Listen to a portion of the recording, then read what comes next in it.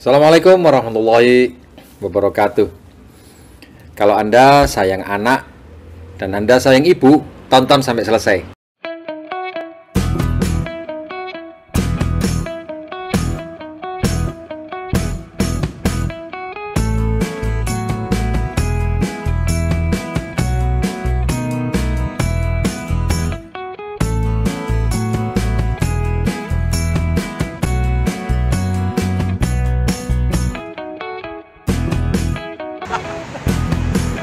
Desa.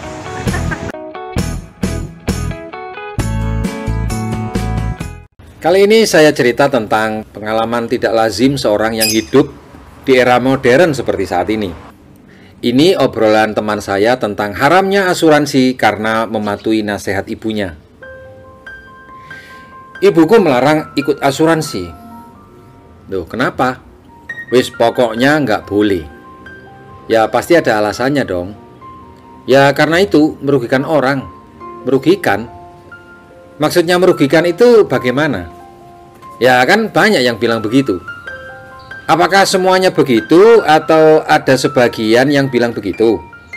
Ya nggak semuanya sih. Tapi kan ada sebagian yang rugi ikut asuransi. Bisa nggak kamu jelasin lebih detail? Ibuku bilang asuransi itu haram. Oh, jadi karena haram maka pasti akan merugikan. Iya.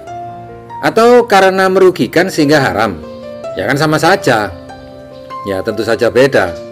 Kita harus tahu mana yang sebab dan mana yang akibat kan. Nah, aku ini salut loh sama ibumu. Mengapa begitu? Ya karena ibumu begitu peduli padamu sehingga tidak ingin anak-anaknya terjerumus ke dalam urusan dosa dan haram. Tentu ibumu begitu peduli dengan anak-anaknya. Wah iya, ibuku itu tetap saja memperhatikan anak-anaknya meskipun semuanya anak-anaknya sudah pada besar, sudah pada punya anak. Semua urusan cucunya jadi yang nomor satu. Mulai dari baju, mainan, kesehatan, hingga bersama siapa anakku bermain, itu neneknya sangat peduli.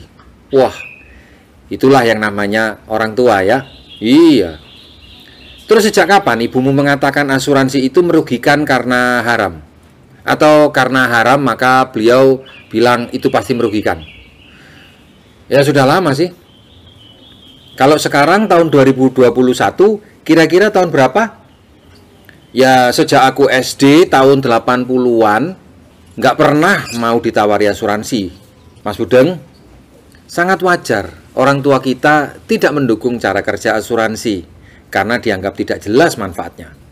Apalagi tahun 80-an. Apakah setelah tahun itu ibu pernah punya asuransi? Wah, tidak pernah sama sekali. Setiap kali ada agen asuransi datang pasti ditolak. Oh gitu.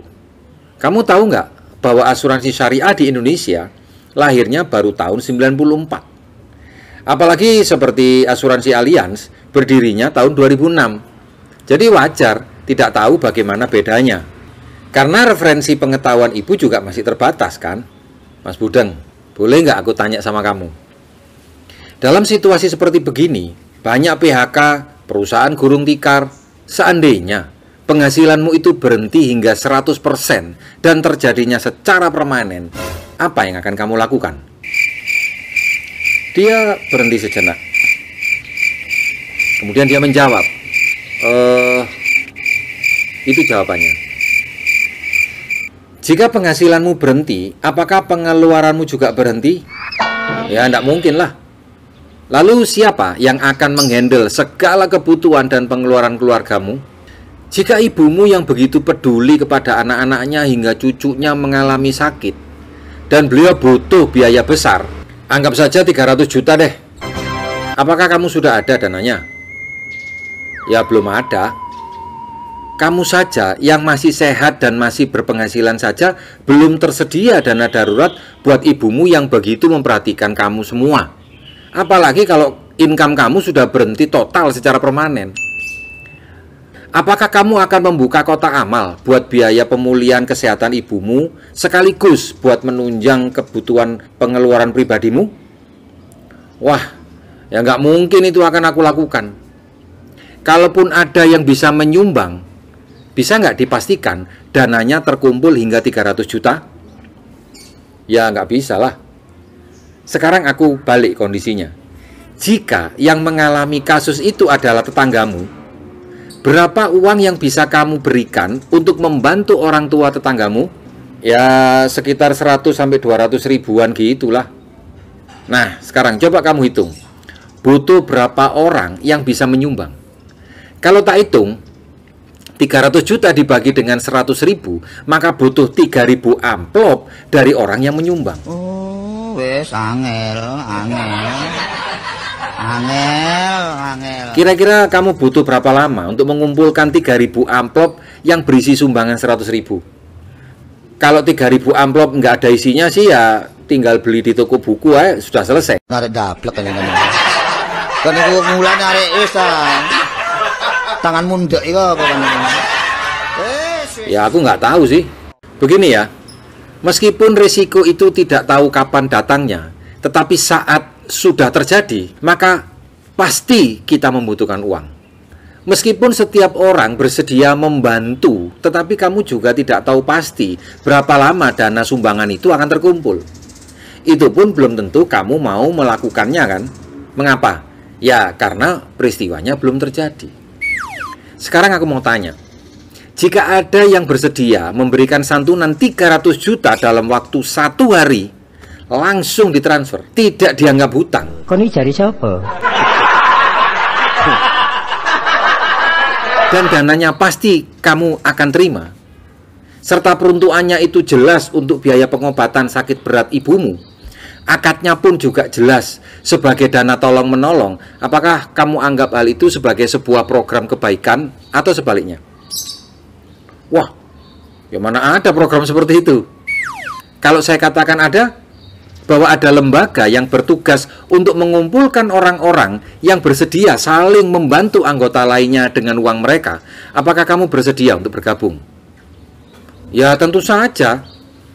Kalau kamu dapat dana santunan 300 juta untuk biaya pengobatan ibumu, apakah kamu harus berunding dengan ibumu sebaiknya pakai perawatan yang terbaik atau perawatan yang paling murah untuk menghemat uangmu? Ya tidak perlu. Untuk orang tua harusnya kita berikan yang terbaik. Tepat. Berarti aku ketemu dengan seorang anak yang berbakti kepada orang tua. Terus dengan bergabung di sana, maka banyak sekali manfaatnya. Kalau kamu sehat, berarti menolong orang lain. Kalau kamu sakit, maka keluargamu akan lebih tabah dalam menghadapi ujian risiko kehidupan. Menurutmu apakah hal itu ada hal baik? Ya tentu saja. Bahkan itu termasuk loh bagian daripada perintah agama. Oke, aku daftarkan ya. Sekaligus aku jelaskan bagaimana mekanisme pengelolaan dananya termasuk kredibilitas dari lembaganya. Tapi pertama saya mau mengucapkan selamat datang dalam asuransi syariah.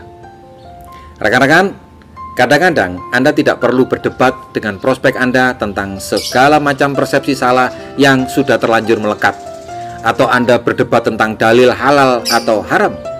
Yang Anda perlukan adalah Anda bisa mendengarkan dan mengajukan pertanyaan yang tepat kepada mereka. Semoga bermanfaat.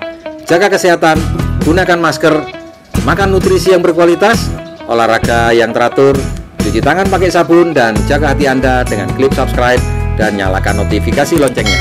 Assalamualaikum warahmatullahi wabarakatuh.